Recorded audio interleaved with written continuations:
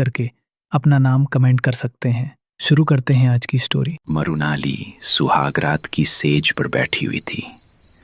उसके चेहरे पर घूंघट था, मन में एक अजीब सी खुशी और थोड़ा सा डर भी। मरुनाली को इंतजार था कि कब दरवाजा खुलेगा और उसका जीवन साथी राहुल, उसका पति, अंदर आएगा और वो दोनों अपनी जिंदगी की सबसे खूबसूरत रात को बिताएंगे। तभी सन्नाटे को चीरती एक आवाज उसके कानों से टकराई, जिसे सुनकर वो एकदम से चौंक पड़ी। धीरे धीरे वो आवाजें तेज होने लगी।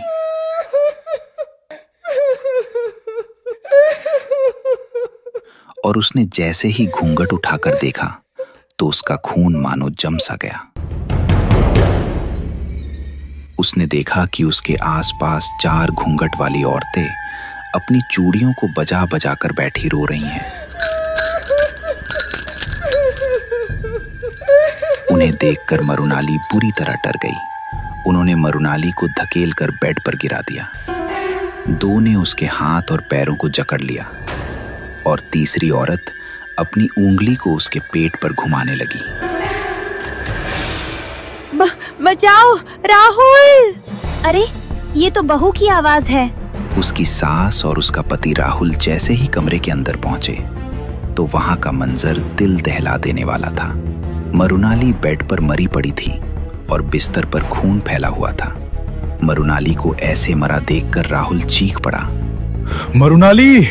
मरुनाली के हाथों में 8 बड़े बड़े कंगन थे और गले में मोटे मोटे मोतियों की मालाएं पड़ी थीं। सरपंच जी, ऐसा लगता है कि गांव की खुशियों को किसी की नजर लग गई है। आखिर कब तक ऐसा चलता रहेगा? हाँ सरपंच जी, जब भी गांव में कोई शादी होती है, या तो दुल्हन शादी की रात को ही मर जाती है या फिर शादी के कुछ दिन तक अजीब हरकतें करने के बाद उसकी मौत हो जाती है। नहीं, ऐसा सभी बहुओं के साथ नहीं हो रहा। पिछले साल हमारे गांव में 48 शादियां हुई थी, लेकिन उनमें से सिर्फ 12 बहुएं ही मारी गई हैं। तो सरपंच जी, आप कहना क्या चाहते हैं? अगर सभी दुल्हनें मर जाएंगी तभी हम कुछ करेंगे? मुझे सोचने के लिए थोड़ा समय चाहिए, लेकिन एक बात साफ है, गांव के मामले में पुलिस का कोई आदमी नहीं आएगा। जी सरपंच जी। जी सरपंच जी। राजन और चंद्रू 2 भाई दिल्ली में अपनी पढ़ाई कर रहे थे और आज ये अपनी ग्रेजुएशन कंप्लीट करने के बाद अपने दोस्तों के साथ हाइकिंग के लिए जा रहे थे। चेतन ड्राइव कर रहा है, बराबर में प्रियांशी बैठी है। राजन, चंद्रू, श्वेता और रोहित पीछे बैठे हैं। हे डूड, अब तुम लोग मुझे साथ लेकर चल ही रहे हो तो अभी बोल देता हूँ, मैं जहां कहूंगा वहां हम चलेंगे। कोई भी ये ना कहे कि डर रहा है वगैरह वगैरह। मुझे तो पता है चेतन, तू ही एक मर्द है पूरे ग्रुप में, हम तो कुछ है ही नहीं। ये सभी कई घंटों के सफर के बाद ब्लारा के जंगलों में पहुंचे। वाह, कितना मस्त जंगल है यार। ये पहाड़ी इलाका, कितनी ठंडक और सुकून है यहाँ। इन्होंने जगह देखकर 2 कैंप लगाए और शाम होने पर ये बॉन फायर के सामने बैठकर बातें करने लगे। हम सभी कल सुबह होते ही हाइकिंग के लिए निकलने वाले हैं। जिन जिन लड़कियों के दिल कमजोर है, कृपया यहीं रुककर हमारा इंतजार करें। मुझे तो लगता है सबसे ज्यादा डर तुम ही को है, तभी तो बार बार डरने और भागने की बात बोले जा रहे हो। वो तो कल सुबह ही पता चल जाएगा, बहुत लंबी चढ़ाई है। राजन और चंद्रू दोनों एक कैंप में थे और इनके साथ थी इनकी एक दोस्त प्रियांशी। चंद्रू, वैसे तुम चाहो तो मैं श्वेता को यहाँ बुला सकती हूँ, मैं उससे बात करूँ क्या? क्या क्या कहा इसने? अचानक से चंद्रू हड़बड़ा गया और बोला, अरे कुछ नहीं भैया, ऐसा कुछ नहीं है, ये तो कुछ भी बोलती है। प्रियांशी तू ज्यादा मत बोला कर। दूसरे कैंप में श्वेता, चेतन और रोहित थे। यार मुझे लगता है हमने प्रियांशी को उन दोनों भाइयों के साथ छोड़कर ठीक नहीं किया। ये क्या बकवास कर रहे हो तुम? वो सभी हमारे दोस्त हैं। तुम जो कुछ भी बोलते हो सोच समझकर बोलते हो या नहीं? श्वेता, तू गुस्सा मत हो, ये चेतन की तो आदत है फालतू बोलने की। चलो सोते हैं, कल जल्दी उठना है। चेतन सो जा, कुछ भी बोलता रहता है। कुछ ही देर में ये सभी सो चुके थे। रात ठीक 1 बजे चंद्रू का मोबाइल बजा। अरे किसका मैसेज है? उसने देखा तो ये मैसेज श्वेता का था। चंद्रू कैंप से बाहर जाकर श्वेता का इंतजार करने लगता है। बहू तुम तो सच में डर गए। क्या कर रही हो? भैया उठ गए तो थोड़ा धीरे बोलो। ये डायलॉग तो मेरे ऊपर ठीक लगेगा। हे भगवान, ऐसा लगता है मैं लड़का हूँ और मैंने लड़की पटा ली है। लड़की मैं हूँ, तुम नहीं। मेरे चंद्रू। ये सुनकर चंद्रू के चेहरे पर मुस्कान छलक आई और उसने श्वेता का हाथ थाम लिया। श्वेता भी मुस्कुराई और फिर ये दोनों हाथ थामे टहलने लगे। चंद्रू, मुझे लगता है अब तुमको अपने भैया को हमारे बारे में सब कुछ बता देना चाहिए। अरे पागल हो गई हो क्या? अभी नहीं। ठीक कह रही हूँ। उनको बता दिया तो वो हमारी कुछ मदद तो कर सकते हैं तुम्हारे माँ बाबूजी को मनाने में। वरना तुम पर तो मुझे पूरा भरोसा है। तुम कभी उनके सामने ये नहीं कह पाओगे कि मैं श्वेता से प्यार करता हूँ। ये सुनकर चंद्रू ने अपने कदम रोक लिए। अरे क्या हुआ? गुस्सा आ गया क्या? श्वेता, अपनी आंखें बंद करो। श्वेता मुस्कुराई और उसने आंखें बंद कर ली। 1 2 3। अब आंख खोल सकती हो। श्वेता ने जैसे ही आंखें खोली तो उसका चेहरा खिल उठा। चंद्रू अपना एक घुटना जमीन पर टेके बैठा था। उसके हाथ में एक अंगूठी थी। आई लव यू श्वेता, मुझसे शादी करोगी? ये सुनकर श्वेता हैरान रह गई।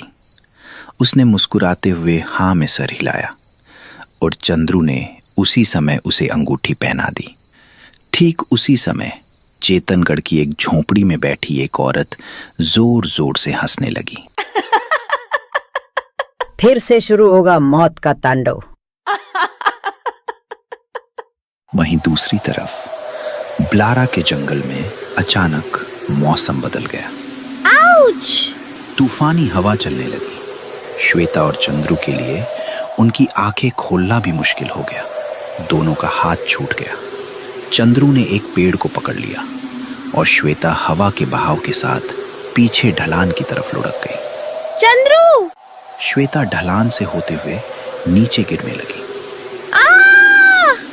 श्वेता! चंद्रू अभी भी आंख नहीं खोल पा रहा था। श्वेता ढलान से होती हुई एक जगह जाकर रुकी। तभी अचानक से सब कुछ शांत हो गया और चंद्रू ने खुद को अकेला पाया। श्वेता! श्वेता की आंख खुली तो दूर दूर तक कोई नहीं था। ओ माय गॉड, ये मैं कहाँ आ गई? उसने खुद को संभाला और खड़ी हुई, लेकिन तभी उसे पायल की छन छन और चूड़ियों की खनक सुनाई दी।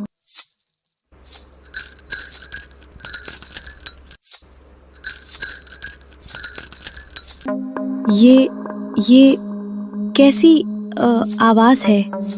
उसने इधर उधर नजरें दौड़ाई तो उसे कुछ ही दूरी पर उसे एक औरत नजर आई, जिसके चेहरे पर घूंघट था और वो छन छन करती हुई उसी की तरफ आ रही थी। कौन है? तभी उस औरत ने रोना भी शुरू कर दिया।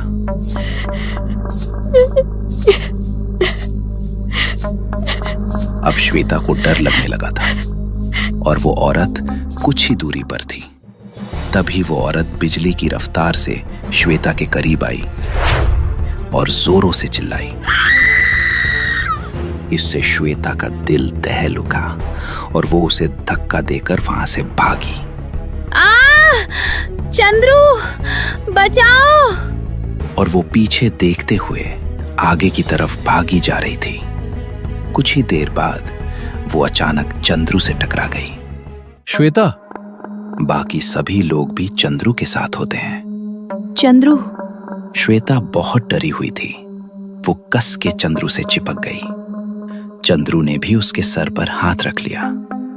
राजन और बाकी सभी दोस्त इनको देख रहे थे। अरे क्या हुआ श्वेता? Are you okay?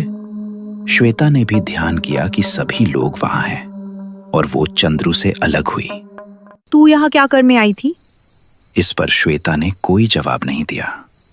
उसकी आंखों के सामने अभी भी वही औरत घूम रही थी। चलो कैंप चलते हैं, वो डरी हुई है, उससे ज्यादा सवाल मत करो। ये सभी वापस कैंप पर पहुंचे और फिर सोने के लिए चले गए।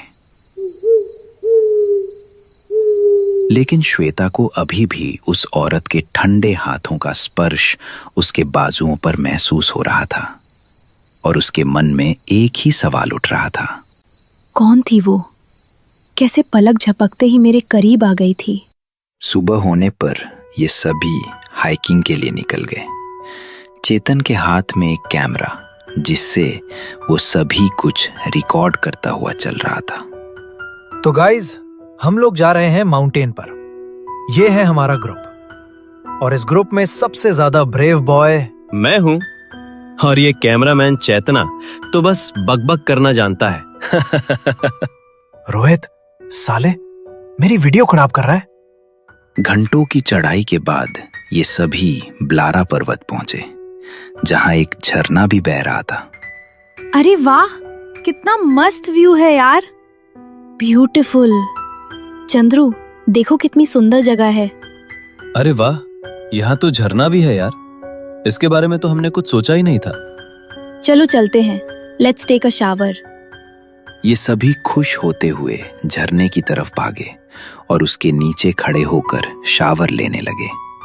कितना ठंडा पानी है यार।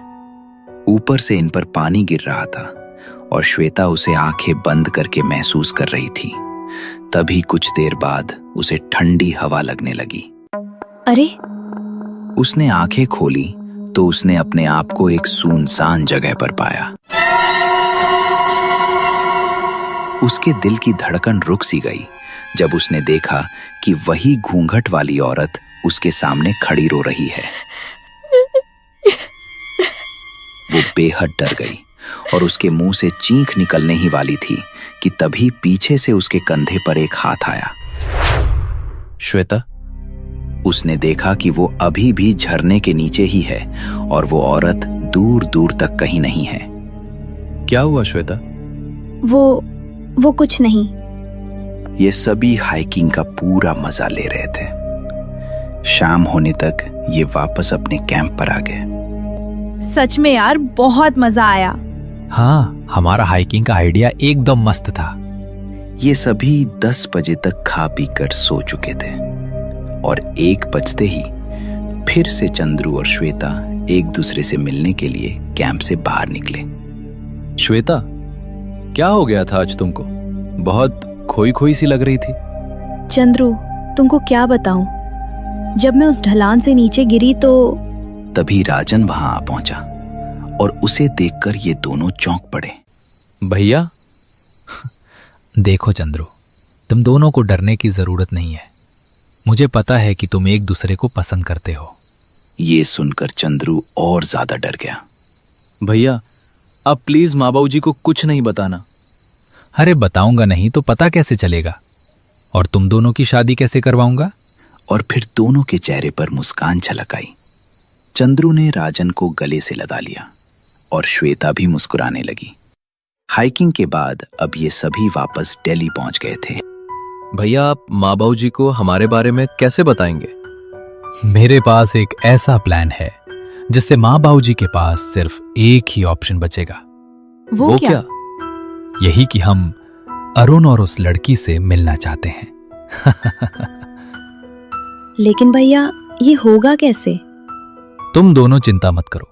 तुम्हारे भाई राजन के होते हुए तुम दोनों को कोई अलग नहीं कर सकता है। अब बस देखते जाओ।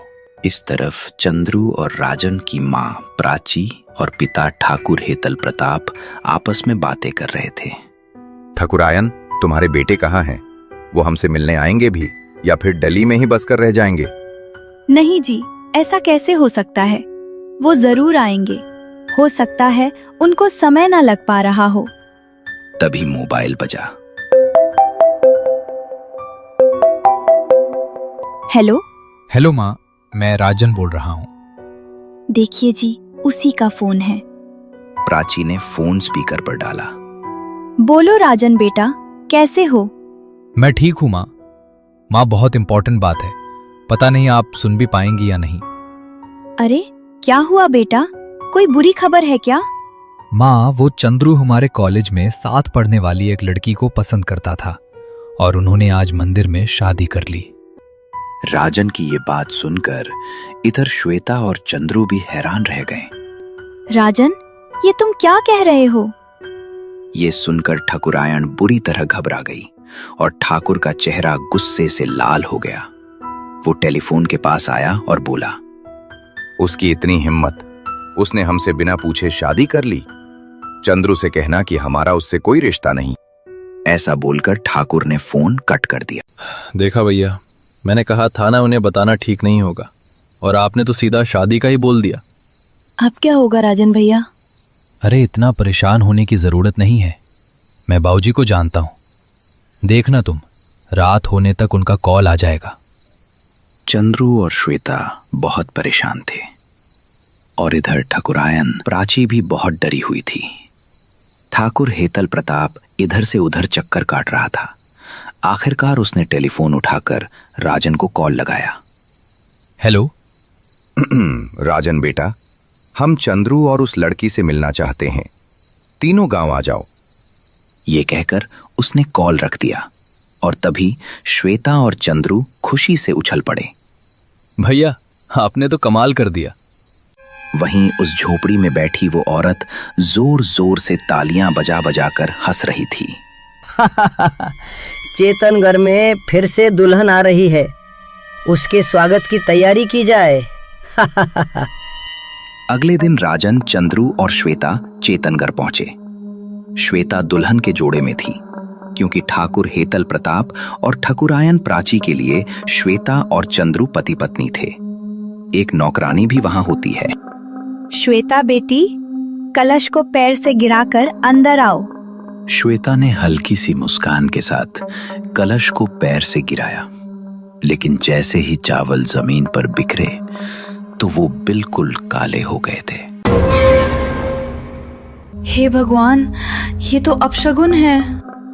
ऐसा कुछ नहीं होता, मेरी ही गलती है। मैंने चावल पुराने डब्बे से निकाले थे। बहू, तुम आगे आओ। अरे वाह, हमारी बहू तो बहुत खूबसूरत है। अब पता चला कि हमारे छोटे बेटे को बड़े भाई की शादी का सब्र क्यों नहीं हुआ। इस पर सभी के चेहरे खिल उठे। श्वेता ने ठाकुर के पैर छुए। ठाकुर ने काफी रूखे स्वर में कहा, जीती रहे। उसके बाद ठकुरायन श्वेता को कमरे में ले गई, जहां सुहागरात की सेज सजी थी। तुम यहीं बैठो बहू, कुछ देर में चंद्रू भी आता होगा। श्वेता सेज पर बैठी थी और चंद्रू के आने का इंतजार कर रही थी। उसने तिरछी नजर से दरवाजे की तरफ देखा और फिर से नजरें झुका लीं। तभी उसे चूड़ियों की खनक सुनाई दी। उसने धीरे से नजरें उठाकर आईने में देखा तो उसकी हैरानी का ठिकाना नहीं रहा। उसने पाया कि एक घूंघट वाली औरत ठीक उसके पीछे खड़ी है। उसने जैसे ही पलट कर देखा तो उसके पीछे कोई नहीं था। तभी उसने वापस आईने की तरफ देखा तो उसमें भी कोई नहीं था।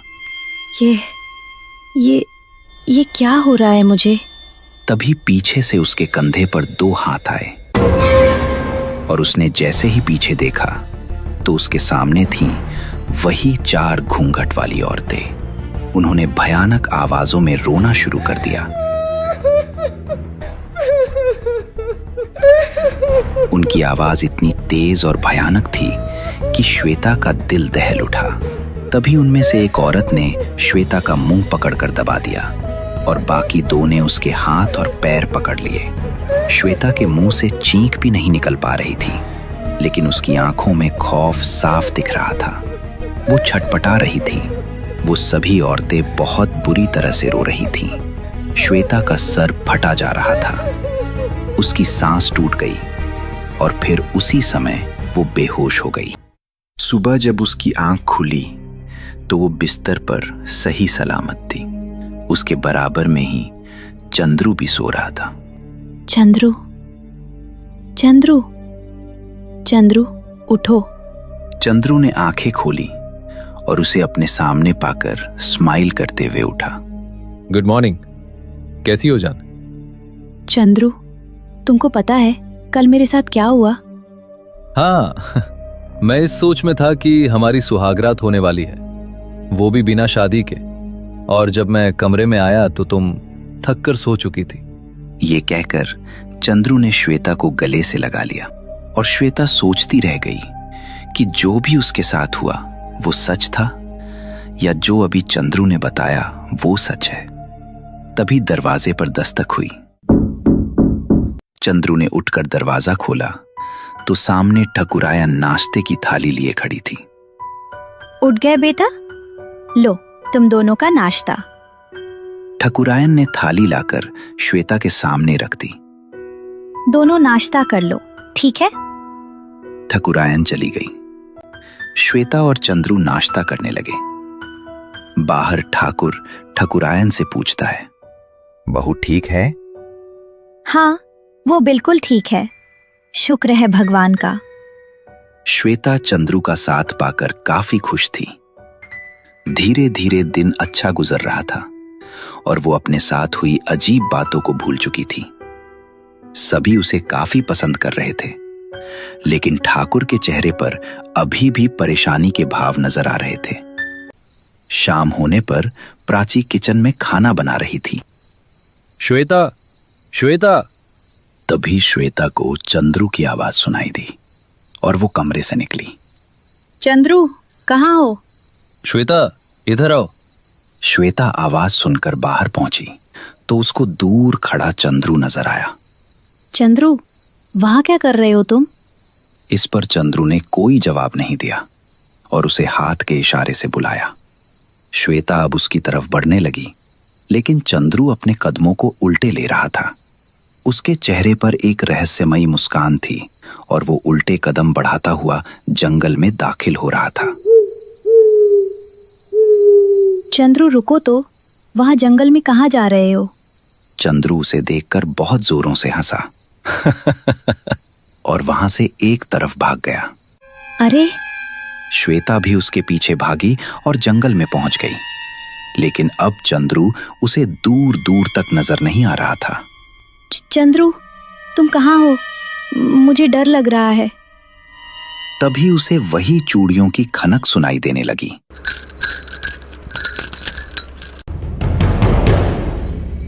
जिसे सुनकर वो एकदम से चौंक पड़ी। कौन है? उसने देखा कि सामने से वही घूंघट वाली औरत उसकी तरफ रोते हुए बढ़ रही है। उससे डरकर श्वेता दूसरी तरफ भागी तो वहां से भी एक घूंघट वाली औरत उसके करीब आ रही थी। चंद्रू, मुझे बचाओ! इसी तरह उन चारों औरतों ने श्वेता को चारों दिशाओं से घेर लिया था और उनके रोने की आवाज बढ़ती जा रही थी। कौन हो तुम लोग?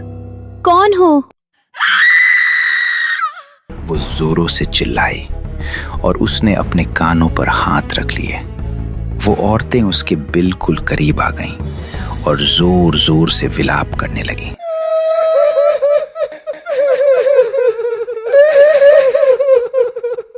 इस तरफ चंद्रू बाथरूम से नहाकर निकला। श्वेता! उसने देखा कि श्वेता कमरे में नहीं है तो उसको काफी हैरानी हुई। माँ, क्या श्वेता आपके पास है? नहीं, बहू तो किचन में खाना बना रही थी। इस तरफ श्वेता का बहुत बुरा हाल था। उन चारों औरतों ने अपने नुकीले नाखूनों से उस पर हमला किया। श्वेता जमीन पर गिर गई। उसके चेहरे पर खरोंचे आ गई थी। उनमें से एक औरत उसके सीने पर चढ़ बैठी और फिर वो श्वेता का मुंह दबाने लगी। श्वेता को अब चक्कर आने लगे थे। उसकी आंखें बंद होती जा रही थीं। माँ बाबूजी, जल्दी चलो, श्वेता पूरे घर में कहीं नहीं है। चंद्रू, ठकुरायन प्राची, राजन और ठाकुर हेतल तीनों श्वेता को ढूंढते हुए जंगल पहुंचे। वहां का मंजर देखकर उनका दिमाग घूम गया। श्वेता! श्वेता बेहोशी की हालत में बरगद के पेड़ से उल्टी लटकी हुई थी। उसके पैर में 2 जटाएं लिपटी हुई थीं। अरे उतारो उसे। इन्होंने श्वेता के पैर से जटा खोलकर पेड़ से उतारा और ये तीनों श्वेता को घर ले आए। चंद्रू ने श्वेता को सोफे पर लिटाया तो उसने गौर किया कि उसके गले में मोतियों का हार है और हाथों में चूड़ियां हैं। ये सब इसके पास कैसे आया माँ? क्या ये आपने इसको पहनाया था? उसे देखकर ठाकुर और प्राची के चेहरे का रंग उड़ गया। जिसका डर था वही हुआ। माँ, बाबूजी, ये सब हो क्या रहा है? आप लोग मुझसे कुछ छिपा तो नहीं रहे? तभी सरपंच अपने साथ एक तांत्रिक को लेकर वहां पहुंचा। ठाकुर, मैं तांत्रिक बाबा को लेकर आया हूं। आप? मैं बताता हूं इसे क्या हुआ है। बाबा ने एक मंत्र बुदबुदाकर श्वेता के माथे पर हाथ रखा और अपनी आंखें बंद की। उन्होंने देखा कि एक सुनसान जगह पर श्वेता पेड़ पर उल्टी लटकी है और वो चारों औरतें उसके पास बैठी रो रही हैं। राम राम राम राम। क्या हुआ बाबा? श्वेता की आत्मा अंधेरी आत्माओं की दुनिया में है। उन्होंने श्वेता को बंधक बना रखा है। बंधक बना रखा है? किन्होंने बाबा? आप किसकी बात कर रहे हैं? इस पर तांत्रिक ने सरपंच की तरफ देखा, जो कि ठाकुर की तरफ गौर से देख रहा था। ठाकुर हेतल प्रताप, पिछले साल में जिन 12 नई वधुओं की मौतें हुई हैं, उनमें एक बात आम पाई गई है कि वो सभी ठाकुर घरानों की बहुएं थीं। ये सुनकर राजन और चंद्रू हैरान रह गए। क्या इस गांव में पहले भी 12 बहुएं मर चुकी हैं? वो भी सिर्फ 1 साल में? पिताजी, ये सब क्या है? ठाकुर का चेहरा अब पीला पड़ चुका था। ठाकुर, बताओ हमें, क्या राज है जो तुम हमसे छिपा रहे हो? कौन है वो रोती हुई औरतें जो ठाकुर घरानों की बहुओं को मार देती हैं? बंजारन। बंजारन? ये बात 3 साल पुरानी है। उस समय मेरे बड़े भाई मंगल प्रताप सिंह भी गांव में रहा करते थे। मुझे मेरे चारों पुत्रों के लिए आपकी बेटियों का हाथ चाहिए। मुझे मना मत कीजिएगा। ठाकुर साहब, हमारी क्या हैसियत कि हम आपके घर का रिश्ता ठुकराएं, लेकिन हम बंजारे, आप ठाकुर, आपके समाज के लोग मेरी बेटियों का आपके घर की बहू बनना कभी पसंद नहीं करेंगे। ऐसा कुछ नहीं होगा मंजरी, तुम बस शादियों के लिए हाँ कर दो। मैं चाहता हूँ मेरे चारों बेटों की बहुएं बंजारे कबीले से हों, जिससे समाज में ऊंच नीच जैसी सभी बुरी भावनाएं खत्म हो जाएं। ये सुनकर मंजरी को बहुत खुशी हुई और उसने ठाकुर को हाँ बोल दिया। हम कल ही शादी करके तुम्हारी बेटियों को अपने घर की बहू बना लेंगे। विवाह समारोह का सारा इंतजाम हमारे ही घर में होगा। ये कहकर ठाकुर वहां से चला गया। शुक्र है ऊपर वाले का, हमारे घर ठाकुरों के यहाँ से रिश्ता आया है। मेरी बच्चियों, तुम सभी रानी बनकर रहोगी वहाँ। वो चारों लड़कियां बहुत खुश थीं, लेकिन 5वीं और सबसे छोटी लड़की को अभी भी कुछ ठीक नहीं लग रहा था। अगले दिन मंजरी अपनी चारों बेटियों को ठाकुर के घर ले गई, जहां शादी की तैयारी चल रही थी। मंडप तैयार था और एक पंडित वहां बैठा था। मुहूर्त हो गया है ठाकुर साहब। जी पंडित जी। सभी वधुएं कुंड के पास पहुंचे। लेकिन ठाकुर साहब, आपके बाकी बेटे कहाँ हैं? सिर्फ एक ही बेटा कुंड के पास बैठा है। मंजरी, तीनों दुल्हे भी आते ही हैं, फिक्र मत करो। ये कहकर उसने चारों दुल्हनों से कहा, जाओ तुम लोग वहां जाके बैठो। वो चारों दुल्हन बनी लड़कियां कुंड के पास बैठ गईं, जहां मंगल सिंह का बड़ा बेटा सुधीर बैठा हुआ था। तभी पंडित ने एक बड़ा सा मंत्र पढ़ा और फिर, ठाकुर, यही सही समय है। उसके इतना कहते ही ठाकुर के लड़के ने तलवार उठाई और एक एक करके खच से उन चारों दुल्हनों की गर्दनें उड़ा दी। ये मंजर देखकर मंजरी का मानो कलेजा फट गया। हो गई बलि संपन्न। ठाकुर, ये तो तूने क्या किया? मेरी चारों बेटियों को खत्म कर दिया। हाँ, कर दिया। तुझे क्या लगा था मैं तुझ जैसी बंजारन की बेटियों को अपने घर की दुल्हन बनाऊंगा? तो क्यों आया था मेरे घर रिश्ता लेकर? मुझे मेरे कारोबार में बहुत ज्यादा नुकसान हो रहा था। हमारे तांत्रिक ने हमें बताया कि अगर मेरे पुत्र के हाथों एकादशी की रात 4 दुल्हन बनी लड़कियों की बलि दे दी जाए तो हमारे घराने पर लगा दोष हट जाएगा। ऐसे मैं यही सोच रहा था कि 4 लड़कियां कहां से लाऊंगा। फिर मैंने सोचा कि तेरी 5 बेटियों में से अगर मैं 4 की बलि दे भी दूं तो तू मेरा क्या ही बिगाड़ लेगी। ठाकुर, तूने कहा है ना कि एक बंजारन लड़की कभी तेरे घर की बहू नहीं बन सकती। अब तू देखना, आज से मैं पूरे ठाकुर घराने को श्राप देती हूँ कि आज के बाद जो भी लड़की ठाकुरों के घर की बहू बनेगी वो ज्यादा दिन जिंदा नहीं रह पाएंगी। मेरी 4 मरी हुई बेटियों की आत्माएं उसे खत्म कर देंगी। उसके बाद मौत का ऐसा तांडव हुआ कि गांव में जितने भी ठाकुर हैं सभी के घर शादी होती तो दुल्हन शादी की रात या फिर 1 हफ्ते के अंदर ही मर जाया करती। ये सुनकर सभी हैरान रह गए। पिताजी, आपको हमें एक बार तो ये सब बताना चाहिए था ना। और सरपंच जी, आपको कैसे ये सब नहीं पता था? आप तो गांव के सरपंच हैं ना। मैं 2 साल पहले ही इस गांव में आया था और 1 साल से यहाँ का सरपंच हूँ, इसीलिए मुझे इसके बारे में कुछ नहीं पता था। वो तो भला हो तांत्रिक बाबा का जो ये संयोग से मुझे मिल गए और हम दोनों ने मिलकर गुत्थी को सुलझाने की कोशिश की। बाबा, मेरी श्वेता को बचा लीजिए, मैं उसे खोना नहीं चाहता। ये बंजारन की आत्माएं बहुत शक्तिशाली हैं, मैं इसमें तुम लोगों की कोई सहायता नहीं कर सकता। चंद्रू बहुत ज्यादा दुखी था। वो सोफे पर पड़ी श्वेता को देखकर रोने लगा, लेकिन राजन के दिमाग में न जाने क्या चल रहा था। वो उसी समय घर से निकल गया। राजन बेटा, कहाँ जा रहे हो? राजन ने किसी बात का जवाब नहीं दिया। घर में सभी बहुत परेशान थे और इस तरफ राजन उस बंजारन मंजरी के घर पहुंच चुका था। बताइए, क्या गलती है मेरे भाई की या उस लड़की की जो उससे प्यार करती है? अरे ठाकुर साहब के लाडले, हम बंजारनों के घर आए हैं, ये कैसे हो गया? हम बंजारे तो आप लोगों के घर के नौकर बनने लायक भी नहीं। तभी राजन ने उसके आगे हाथ जोड़ लिए।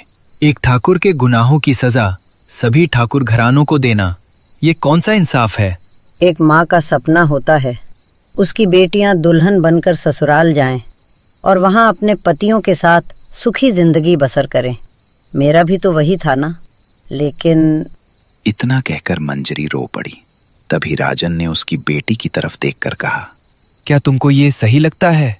तुम्हारी बहनें आत्मा बनकर भटक रही हैं और उन्हीं के जैसी लड़कियों को खत्म कर रही हैं। इस पर उस लड़की ने नहीं में सर हिलाया। इधर रात के 10 बज चुके थे। तभी पिताजी, इन सभी ने दरवाजे की तरफ देखा तो इनकी हैरानी का ठिकाना नहीं रहा। राजन अपने साथ एक दुल्हन बनी लड़की को लिए खड़ा था और लड़की का चेहरा घूंघट से ढका था। राजन, ये क्या? पिताजी, हमने शादी कर ली है। एक बहू की हालत देखकर तुम्हारा मन नहीं भरा जो तुम भी शादी कराए? कौन है ये लड़की? ये हमारी बीवी है पिताजी, इस घर की बहू। राजन ने अपनी दुल्हन को कमरे में छोड़ दिया।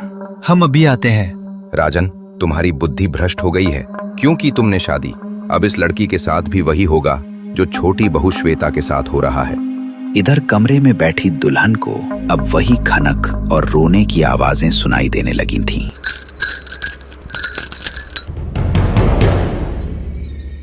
जिसे सुनकर वो डर गईं और सिमट कर बैठ गईं। तभी वही 4 लड़कियां उसके आजू बाजू आकर बैठ गईं और जोर जोर से रोने लगीं। उसकी आवाज सुनकर दुल्हन ने अपने कानों पर हाथ रख लिए और उनमें से एक लड़की ने दुल्हन की गर्दन पकड़कर उसे झट से गिरा दिया।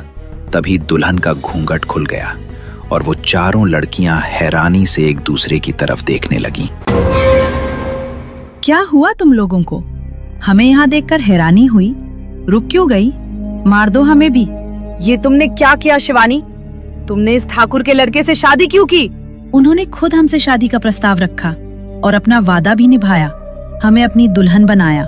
अब तुम लोग अपना वादा निभाओ, मार दो हमें। नहीं, हम अपनी बहन को नहीं मार सकते। और शिवानी, तू तो हमारी सबसे छोटी और लाडली बहन है। तो आज तक तुम जितनी लड़कियों को मारती आई हो वो भी किसी की बहन बेटी थी। उनको कैसा लगा होगा, कभी सोचा है? कौन है वो लड़की राजन जिसे तुमने शादी की है? उन्हीं बंजारनों की 5वीं बहन शिवानी, जो ठाकुरों के घर की बहुओं को मार रही हैं। इधर शिवानी का जवाब सुनकर वो चारों लड़कियां बुरी तरह रोने बिलखने लगी। शिवानी, छोटी बहन, तू हमेशा खुश रह। ऐसा बोलकर वो गायब हो गईं। तभी श्वेता भी लंबी लंबी सांसें लेने लगी। श्वेता।